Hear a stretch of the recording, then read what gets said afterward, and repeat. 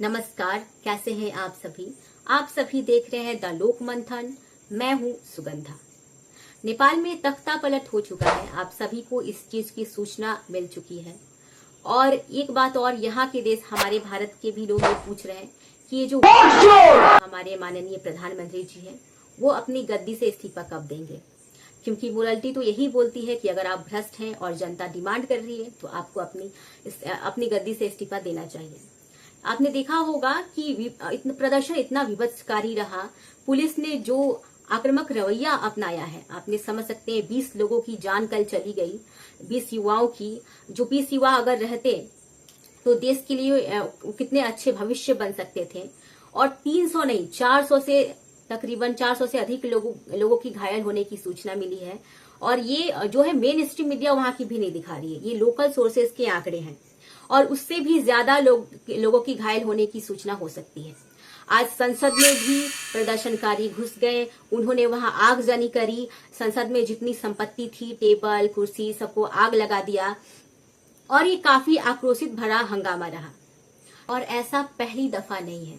आपने इसके पहले बांग्लादेश की यही स्थिति हो चुकी है, देखा होगा। श्रीलंका में ये स्थिति हो चुका है और अब नेपाल की बारी है। लेकिन कई भारतीय ऑर्गेनाइजेशंस जो हैं और जो स्वतंत्र सोच रखते हैं, जो सोचते हैं कि भारत एक व्यापक स्तर पर डेवलपमेंट करे, और जो 2014 के बाद जो आक्रोशित और आक्रमणकारी रवैया रहा है, स्पेशली हमारे सरकार का, बीजेपी का, उससे लोग तंग आ चुके हैं और लोग भारत में भी इसकी डिमांड कर रहे हैं। उनका दावा है कि ऐसा भारत में भी हो सकता है। हालांकि विपक्ष यहाँ मजबूत है, अभी वो मुद्दों को और वायदे को अच्छे से रख पा रही है जनता की, और कहीं ना कहीं उसका समाधान भी सत्ता पक्ष कर रही है। ज्यादा ना करे बट कम ही करे, बट उसको ध्यान में वो रख रही है। और कहीं ना कहीं सत्ता पक्ष पहले के मुकाबले आपने देखा होगा कहीं ना कहीं नरम पड़ी हुई है। मोदी जी का रवैया देखिए या मोदी जी की वाक्य शैली देखिए, भाषण शैली देखिए, वो काफी नरम पड़ चुकी है। आज के जमाने में लोकतंत्र की परिभाषा को नए सिरे से अगर किसी ने साबित किया है तो वो नेपाल है। बेबाक है, बेखौफ है, नीडर है वहां की जनता, और अपनी बात मनवाने के लिए वो किसी भी हद तक जा सकती है अगर आप निरंकुश होते हैं, क्योंकि उस सिंहासन पर जनता ने ही आपको विराजमान किया है। और कहीं ना कहीं ये जो प्रदर्शन है ये सिर्फ सोशल मीडिया के खिलाफ नहीं थी।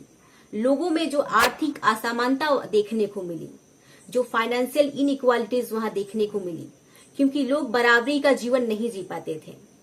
आपको पता होगा कि वहां की जो प्रति व्यक्ति आय है $1300 है, सिर्फ महज सालाना की अगर हम बात करें $1300, जो कि काफी कम होती है।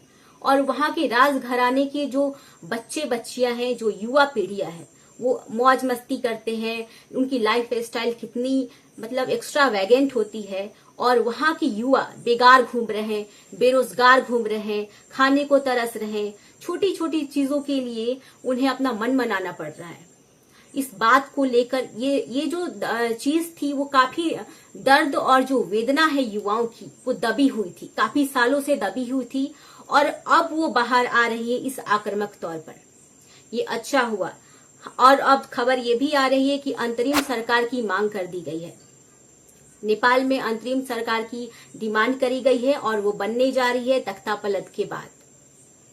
और यूएन ने इस घटना को काफी असंवेदनशील बताया और जांच की मांग करी है। और उन लोगों के लिए भी ये सबक है जो बोलते हैं कि जेनजी युवा क्या ही करेंगे, वो सिर्फ अपने पसंद के खाने पीने, बोलने, डांस करने को लेकर पैशनेट रहते हैं। वो देश की सरकार क्या बदलेंगे, वो पॉलिटिकल मामलों जैसे, प्रशासन जैसे गंभीर मुद्दों की क्या समझ रखेंगे। लेकिन जैसे ही 26 सोशल मीडिया प्लेटफॉर्म्स पर, महत्वपूर्ण जो सोशल मीडिया प्लेटफॉर्म्स से मैं बात करूं, उस पर जब बैन लगाया नेपाल ने, तब तबाही का मंजर पूरे देश ने देख लिया और इंटरनेशनल लेवल पर ये चीज चिंता का सबब बनी हुई है। आप सब मीडिया प्लेटफॉर्म है, सरकार की यहाँ पर लोग आलोचना करते थे। नेपाल की जो युवा थे, जो तमाम तरह से आलोचना करते थे, और सरकार का जो एक कड़ा रवैया इसीलिए आया ताकि हमारी आलोचना ना की जाए और जनता हम जो बोले वो मान ले। लेकिन ये कब तक असरकारी होगा? आप कब तक किसी को अपने कायदे कानून में ढक कर रख सकते हैं? ये सिंहासन आपको जनता ने दी है और जनता इस सिंहासन को छीन भी सकती है, आपको वहां से गिरा भी सकती है।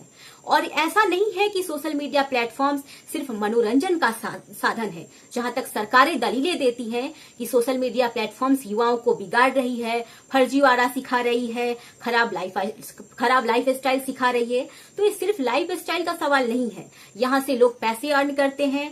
यूट्यूब कई लोगों के जीविकोपार्जन का साधन है। उनकी फैमिली चलती है, इंस्टा से उनकी फैमिली चलती है, फेसबुक से उनकी फैमिली चलती है।